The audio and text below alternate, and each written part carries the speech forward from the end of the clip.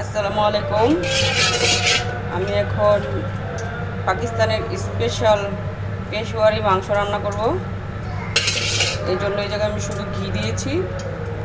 আর এই যে এখন সব গোটা গোটা মশলা দিব, আস্ত পেঁয়াজ, আস্ত রসুন সব একসাথে দিয়ে দিব।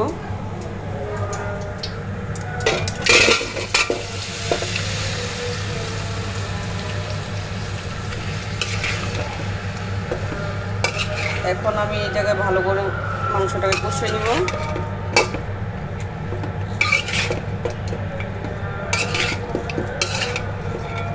ভালো করে নাড়াচাড়া দিয়ে মিক্স করে নেব একসাথে।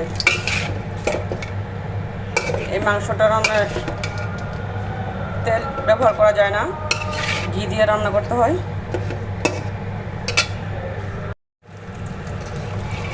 একটু পরপর ঢাকনা খুলে হালকা নাড়া দিয়ে দিব, তারপর আবার ডেকে দিব।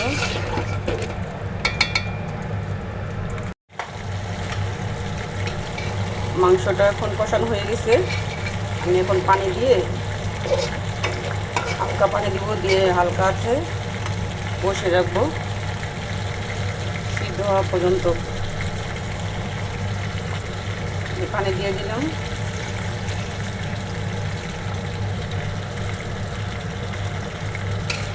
এখন আমি এটাকে মাংসটাকে ভালো করে সিদ্ধ করে নেব।